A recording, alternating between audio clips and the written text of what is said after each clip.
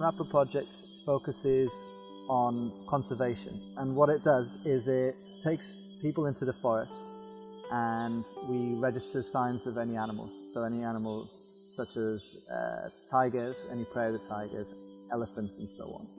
And we're creating a sort of database with this information that we then send off to other organisations.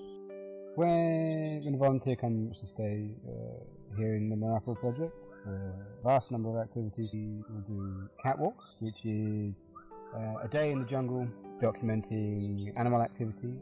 Last 5 years since my cat started and eco-tour started, about 200 snares has been deactivated, and then this year there were only 2 snares found. So the area we work in is heavily poached and there's very little protection in that area. It's not in any national park. It's essentially in a wildlife corridor between the Taman Negara and what is Central Forest Reserve. So a lot of snares, a lot of hunting in general happens in this area.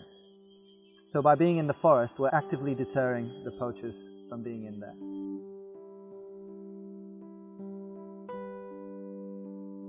We then go into the local caves. So Merapoh is in an area full of limestone karst massives, so there's a lot of caving potential. So by bringing volunteers into these caves, we're actually creating some sort of income for local tour companies who take people in there, and we're showing to the local government that these caves have more of a value being kept intact rather than destroyed.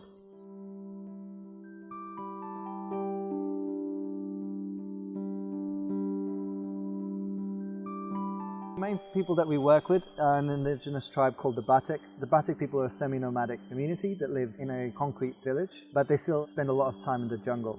And the reason that we spend so much time with the Batek is that, first of all, we use them as guides on our treks into the jungle. And we use their knowledge to know where certain animals could be, which certain signs of animals are from what animal, and also where certain times the poachers are more active and so on.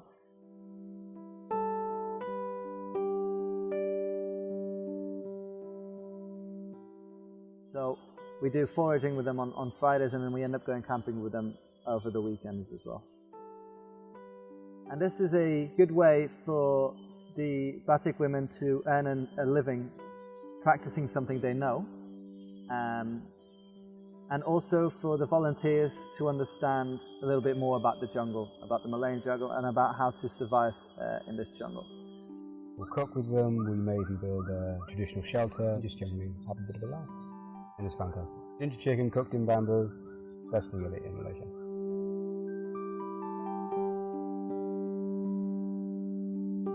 We provide education for the Batek, where we have built a school and then provide an English class, a weekly English class for them, since the kids don't go to school at all because the government school that they went to did not want to teach them, or the Batek kids were bullied or considered inferior.